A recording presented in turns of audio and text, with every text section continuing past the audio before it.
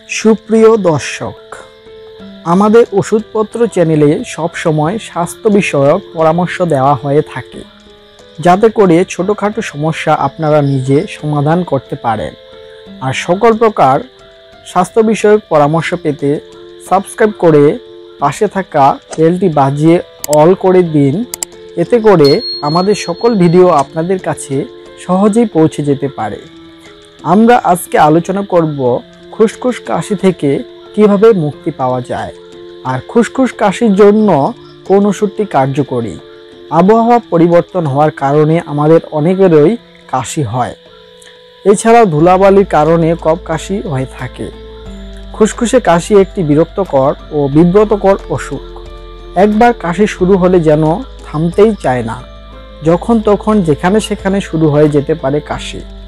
জ্বর নেই, কফ বের হওয়া নেই, বুকে ঘর নেই, কিন্তু খুসখুস কাশি যা বিরক্তকর ও যন্ত্রণাদায়ক, যার অর্থ কাশির সঙ্গে কখনো কফও বেরোয় না, কিন্তু একটা অস্বস্তি গলায় বুকে লেগেই থাকে।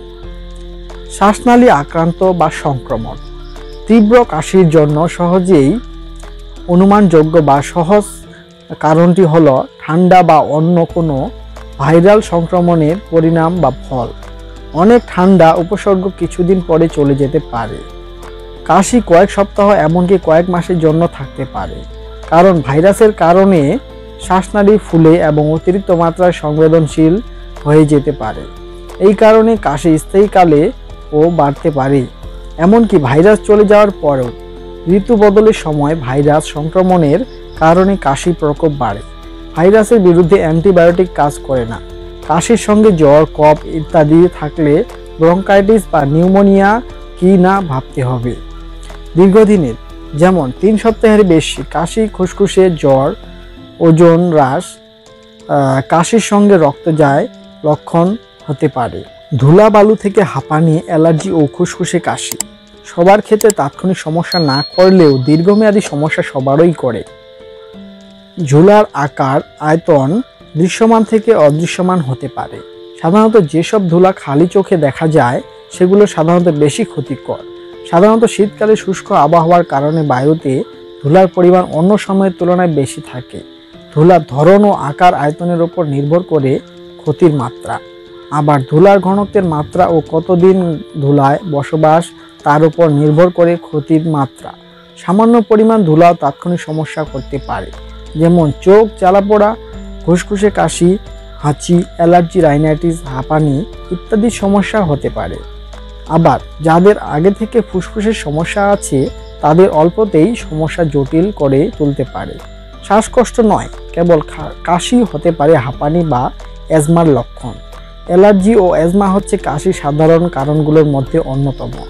রাতে কাশি বেড়ে যাওয়া, বুকে শব্দ ও পরিবারের হাঁপানি ইত্যাদি থাকলে অ্যাজমা হতে পারে। একে বলে কফ ভ্যারিয়েন্ট অ্যাজমা।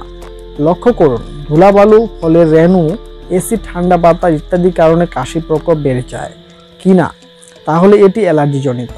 কাজের দিন বেড়ে যায়, আবার ছুটির দিনে কমে আসে, এমন হলে বুঝতে হবে আপনার কর্মস্থলে পরিবেশে কোনো সমস্যা রয়েছে। ডাস্ট বা ধুলোবালুতে স্বাস্থ্য ঝুঁকি। তাই আমাদের এই যন্ত্রণাদায়ক কাশি থেকে মুক্তি পাওয়ার জন্য আপনারা স্কোয়ার ফার্মাসিউটিক্যালসের প্রকোপ সিরাপ সেবন করতে পারেন। এই সিরাপ শুকনো কাশি, বুকে জমাট বাঁধা কাশি, শ্লেষ্মা পরিষ্কার করতে খুব ভালো কাজ করে। আর সিরাপটি খাওয়ার নিয়ম: বয়স্কদের ক্ষেত্রে 1 থেকে 2 চামচ দিনে 2 বার 15 দিন সেবন করতে হবে। শিশুদের জন্য মাত্রা হাফ চামচ করে দিনে 2 বার 10 দিন সেবন করতে হবে, অথবা ডাক্তারের পরামর্শ অনুযায়ী সেবন করা ভালো।